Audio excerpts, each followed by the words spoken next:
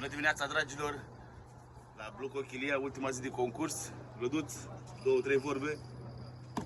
Vlăduț va face un sfârșit epic, un sfârșit în forță, exact cum am fost noi învățați. Totul se joacă pe ultima 100 de metri și întotdeauna peștii mari sunt lăsați ultimi. Și o să vedem de seară și o să vedeți că am dreptate, întotdeauna am avut dreptate. Ultima zi de concurs, la 5:30 tragem linia, închidem lumina și dăm drumul la câini.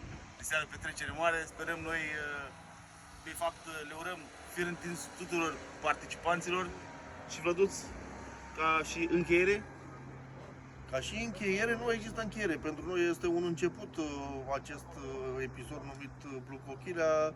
Din următoarea noastră viață, acum ne-am găsit în sfârșit locația unde eu personal, cât și toți membrii echipei mele vom veni împreună cu familiile. Este locația ideală pentru familii cu copii. Să știți că nu l-am plătit să fac reclamă. Nu, adică ne-a zis atât de bine și e vorba de un preț foarte, foarte decent. Adică nu mă gândeam niciodată că la asemenea condiții să fie atât de ieftin.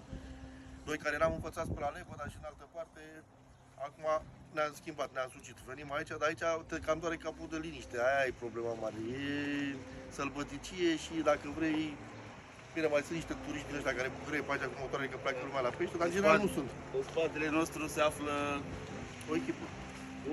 două echipe. Două echipe. În general n-am văzut bărci, n-am văzut pe nimeni care să ne deranjeze. Sunt colegii noștri care pleacă la pescuit. Sunt puține bărci pe Babina Cernovca, așa că vă așteptăm la Blue Cochilia. Îi lăsăm pe băieți că se pregătesc să plece, cam ținem noi un pic, așa că eu. Tăiați, a plecat.